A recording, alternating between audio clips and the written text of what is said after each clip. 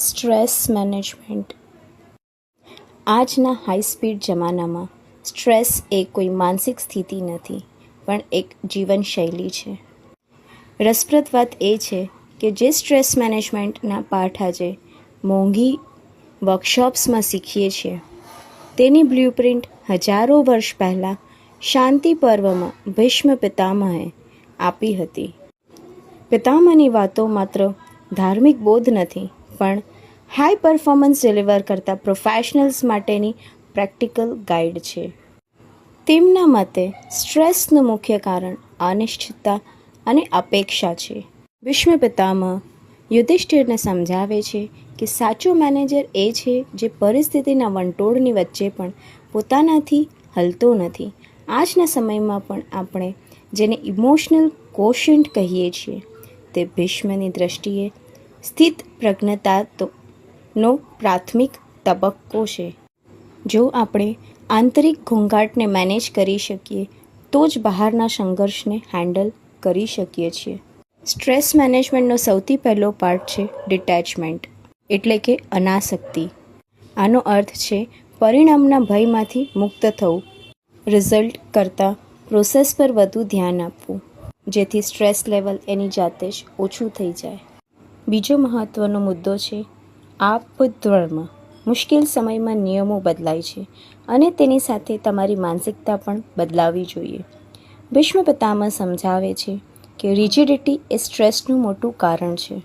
એક લીડર તરીકે જો તમે બદલાતા માર્કેટ કે બદલાતી પરિસ્થિતિ સાથે અનુકૂલન સાધી શકતા નથી, તો એ ફ્રસ્ટ્રેશન તમારા આખા પ્રોફેશનલ આઉટલુકને બગાડી નાખે છે.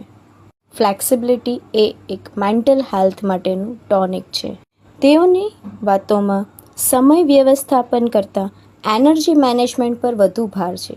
તેઓ કહે છે કે માણસની શક્તિ તેના વિચારોમાં વેડફાય છે. જો તમે દિવસ દરમિયાન 10 અલગ અલગ નકામી બાબતોમાં તમારી એનર્જી ઇન્વેસ્ટ કરો, તો મુખ્ય નિર્ણયો લેતી વખતે તમે નિર્ણય લેવાના થાકથી પીડાશો. કયા યુદ્ધ લડવા અને કયા જતા કરવા, એ કળા જેને આવડી ગઈ તેને સ્ટ્રેસ સ્પર્શી પણ શકતો નથી. બીજો મહત્ત્વપૂર્ણ મુદ્દો છે સેલ્ફ ડિસિપ્લિન, જે સર્વોપરી છે.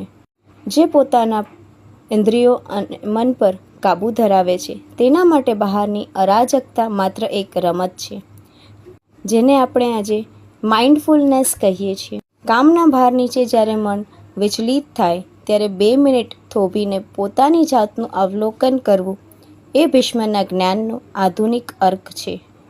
એક લીડર જ્યારે શાંત રહીને નિર્ણય લે છે, ત્યારે તેની નીચે કામ કરતી આખી ટીમનો તણાવ ઓછો થઈ જાય છે.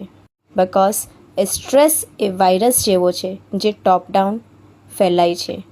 ભીષ્મ પિતામહની આ વાતો આજે પણ એટલી જ જરૂરી છે, કારણ કે યુદ્ધભૂમિ ભલે બદલાઈ છે, પણ સંઘર્ષ તો આજે પણ મનની અંદર જ ચાલે છે. જો આપણને આ ભીષ્મ નીતિને આપણા ડેઇલી રૂટીનમાં વણી લઈએ, તો કોઈ પણ ડેડલાઇન કે કોઈ પણ પ્રેશર આપણી આંતરિક શાંતિને હણી શકશે નહીં. તો આ જ સ્ટ્રેસ મેનેજમેન્ટના ફોર્મ્યુલાને અપનાવી આગળ વધીએ. રાધે રાધે.